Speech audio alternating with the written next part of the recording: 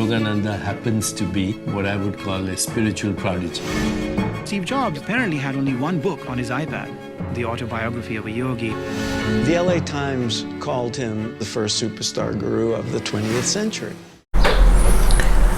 The Autobiography of a Yogi by Paramahansa Yogananda follows his spiritual journey from his childhood and finding his guru to becoming a monk to establishing his teachings all over the US and writing this book, which is a condensation of all his teachings. Now, he gives many practical tips in this book, but one of my favorite is living life happily. And he says to just live in the moment and just enjoy life as its beauty unfolds before you, and don't worry about the future or don't worry about tomorrow, but enjoy and live in the now. And living life happily for him also includes making others happy. He says that making others happy is a true sign of greatness, whereas hurting other people by words or actions is really something very despicable. And this sort of transitions over to the second point that I found very inspiring from this book, was being in service. So he says that, for instance, to finding real friends, true friends, one has to first be a good friend. And he says that he uses the metaphor of a magnet in your heart, and he says that this magnet that will attract best friends, really good friends, is called selflessness. That is, living your life for others so that they will also feel inclined to live their life for you. And he says that this mutual bond is something really great. The third point is what he calls the law of success, and this contains many subpoints, but I'm just going to cover my 5 favorites. The first one is what he calls the power of thought, and he says that success is delayed or hastened by our thoughts. And he says that good thoughts hasten success while bad thoughts delay success. And I really like this idea that success is something inevitable. Success is something that is coming your way, but if you have good habits, good thoughts, then that success will come to you sooner rather than later. And he also goes to say that beyond having positive thoughts and positive actions and positive habits, you also need to have the willpower to execute and to act on your good thoughts.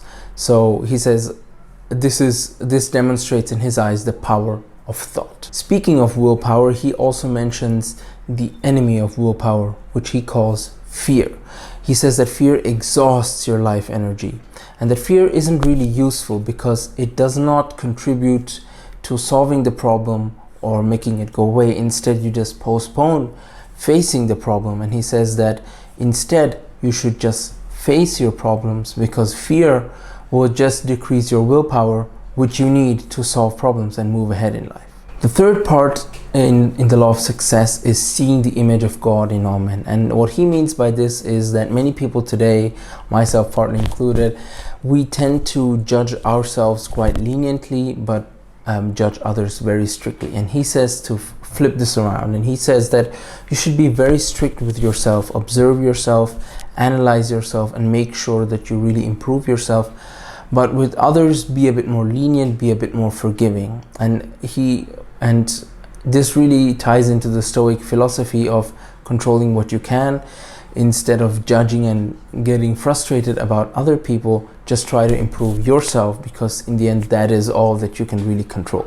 The fourth point is what he calls from the ocean of abundance. And I really like this one, because he says that when you are doing good deeds, don't worry about the sustainability of it. Don't worry about where your next dollar, as he calls it, will come from. Don't compromise on your values and your deeds today for upholding your intentions. Instead, he says, focus on doing good, irrespective of what it means for tomorrow, because he has, in his experience, found that if you focus on doing good today, what you need to continue doing good tomorrow will materialize itself as a sort of reward for what you did today. And he said that this sort of consciousness and confidence comes from meditation, which is the fifth point. And with meditation, he means that by increasing your mind's power, by increasing your concentration, your focus, you will be able to use the faculties that are your mind more fully, more exhaustively, and thus will have more to charge at a problem. So it's sort of like extending your little handgun to a huge tank. The more firepower that your mind can offer towards targeting problems, the bigger the obstacles that you can clear, meaning that there are fewer obstacles in your life and you can charge through all your problems. Live quietly in the moment and see the beauty of all before you. The future will take care of itself. The body is literally manufactured and sustained by the mind. You do not have to struggle to reach God, but you do have to struggle to tear away the self-created veil that hides Him from you. So my review is that you should definitely read this book. In fact, it was one of the books that Steve Jobs had handed out to everyone at his funeral. It's a great book that has many little nuggets, many little stories and interesting aspects that you obviously can't cover in a summary. These are just my sort of practical takeaways that you can implement, but nonetheless, I really recommend that you read this book. Thank you for watching this video. If you enjoyed this video, please like this video and subscribe. And if you want more content like this regularly, please press the notification bell so that you get alerted when I post new content. If you want a written version of this summary, you can find it in the blog post. The link is below. As always, have a nice day and be happy.